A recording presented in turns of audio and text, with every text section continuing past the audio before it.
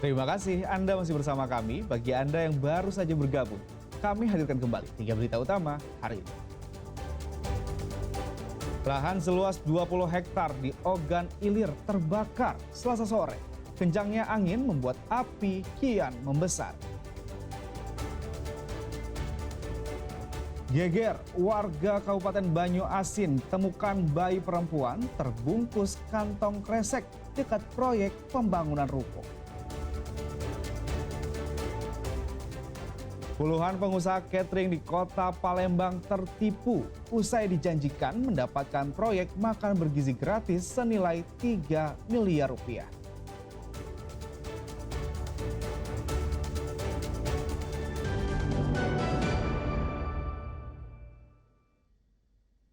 Kasus penyerobotan lahan secara ilegal di Desa Sungai Kedukan, Kabupaten Banyu Asin berlanjut. Kini tuduhan yang disampaikan Ilyas Harmi dibantah oleh pihak Indriana Angrial. Menurut Indriana, lahan tersebut dikuasai setelah berproses secara perdata dan telah dilakukan pengecekan hingga eksekusi.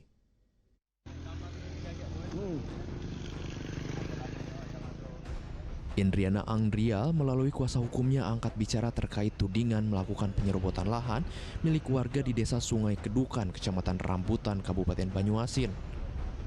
Tuduhan itu dibantah keras karena penguasa lahan tersebut diperoleh secara legal. Pernyataan ini disampaikan merespon tuduhan pihak Ilyas Harmi beberapa waktu lalu. Klaim kepemilikan lahan seluas 3.973 meter persegi itu oleh pihak Ilyas Harmi dinilai tidak tepat. Lahan itu dimiliki pihak Indriana melalui proses secara perdata dan telah dilakukan pengecekan hingga eksekusi pada tahun 2015. Atas putusan pengadilan itu, dapat dipastikan objek lahan sudah berada di lokasi yang sebenarnya. Kalau mereka merasa memiliki, itu kan hak dia. Tapi regulasi yang benar itu, proses yang benar itu, bagaimana hukum memproses tentang kepemilikan. Nah, ini sudah berproses. Dari pihak Pak Ilyas melalui kuasa hukumnya yang menyampaikan bahwa ini sah punya mereka dan segala macam. Fakta secara hukum tidak sah punya mereka. Pertama, sejak tahun 2015 ini berproses secara keperdataan dan sudah inkrah, sudah dilaksanakan konstateri, sudah dilaksanakan eksekusi. Berdasarkan fakta hukum yang ada, pihak Andriana berharap Ilyas Harmi dapat menghormati putusan pengadilan yang telah memiliki kekuatan hukum tetap atau ingkrah. Sebelumnya, Ilyas Harmi melalui kuasa hukumnya mengaku lahan miliknya yang telah bersertifikat dikuasai oleh pihak Indriana dengan bermodalkan surat pengakuan hak atau SPH. Dedi Irwansyah melaporkan dari Kabupaten Banyuasin. Puluhan pengusaha catering di kota Palembang tertipu usai dijanjikan mendapatkan proyek makan bergizi gratis dengan menyetorkan sejumlah uang. Para korban diminta menyetorkan uang sebesar 30 juta rupiah untuk mendapatkan proyek senilai 3 miliar rupiah.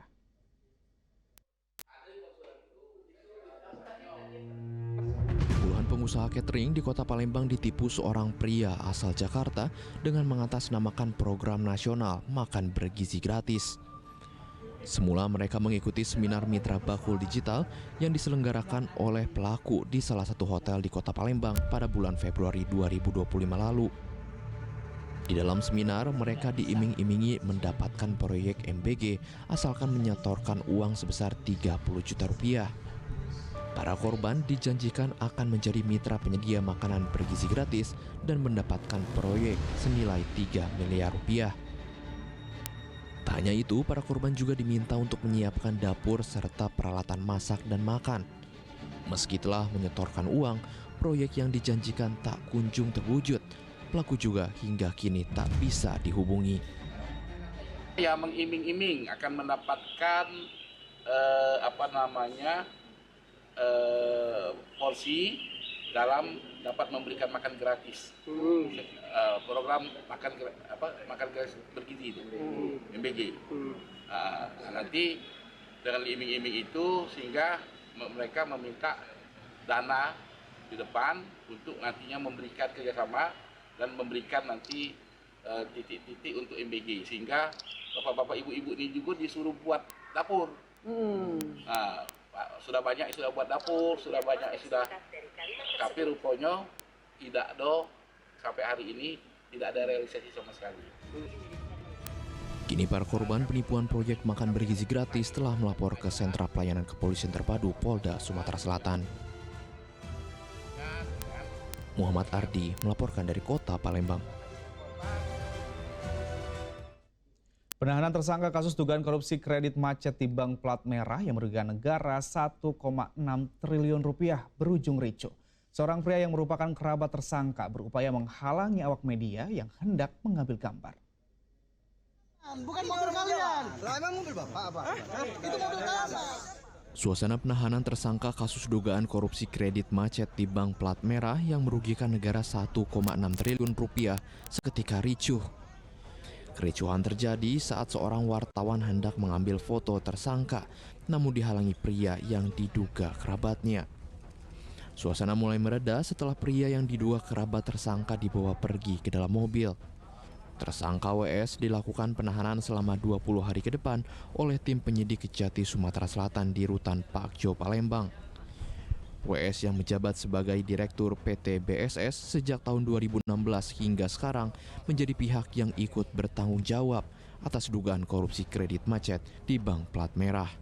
Pihak Kejati Sumatera Selatan memastikan akan terus mengembangkan perkara ini sehingga tidak menutup kemungkinan adanya tersangka lain. Tersangka WS ini akan ditahan dalam 20 hari ke depan, mulai hari ini tanggal 17 November 2025 sampai dengan tanggal 6 Desember 2025 di Rumah Tanah Negara kelas 1 Pakjo Palembang. Terkait pada perkara ini akan terus berkembang dan kami akan terus meminta kepada tim penyidik untuk secara intensif melakukan satu pemeriksaan kepada saksi sehingga pengembangan perkara ini akan tuntas ke depannya. Sebelumnya, Jaksa Penyidik Kejati Sumatera Selatan juga telah melakukan penahanan terhadap 5 tersangka lain, termasuk dari pihak Bank Plat Merah. Tersangka WS sendiri dijerat dengan Undang-Undang tentang Tindak Pidana Korupsi yang ancaman hukumannya paling lama 20 tahun penjara. Dedi Irwansyah melaporkan dari Kota Palembang. Ya, usia tidak menjadi penghalang bagi seseorang untuk bisa menuntut ilmu. Di Ogan Komering Ulu Timur, puluhan lansia mengikuti kegiatan wisuda Sekolah Lansia Tangguh. Mereka diwisuda setelah menempuh pendidikan selama 1 tahun. Senyum sumringah dan kebahagiaan terpancar dari wajah puluhan lansia ini saat mereka mengikuti acara wisuda lansia di salah satu gedung serbaguna di Martapura, Kabupaten Ogan Komering Ulu Timur. Layaknya perguruan tinggi, peserta lansia juga mengenakan toga dan menerima ijazah. Para peserta wisuda lansia kali ini rata-rata berusia 65 hingga 70 tahun. Sebanyak 58 peserta wisuda lansia berasal dari 2 sekolah lansia tangguh yang ada di Kabupaten Ogan Komering Ulu Timur. Digelarnya wisuda ini setelah para peserta menempuh pendidikan selama 1 tahun. Di sekolah lansia tangguh, para peserta didik mendapat berbagai materi mulai dari pendidikan sosial, kesehatan, dan keterampilan. Para lansia-lansia yang ada di Oku Timur ini dalam kondisi sehat, bertambah ilmu, bertambah kecerdasannya, bertambah keterampilan, serta meningkatkan umur harapan hidup di Kabupaten Oku Timur ini.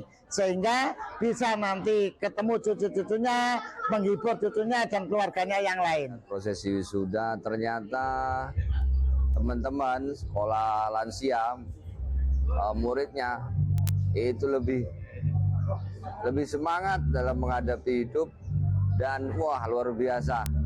Saya ucapkan terima kasih dengan adanya sekolah lansia bisa menambah semangat bagi lansia di Kabupaten Oku Timur.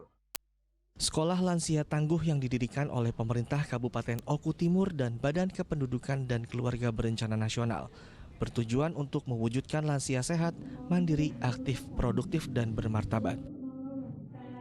Dedi Irwansyah melaporkan dari Kabupaten Ogan Komering Ulu Timur.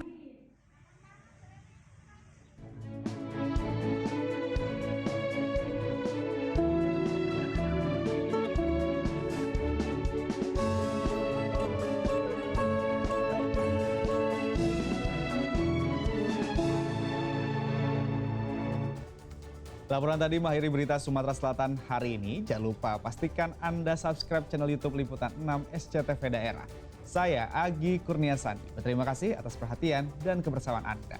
Selamat beraktivitas dan sampai jumpa.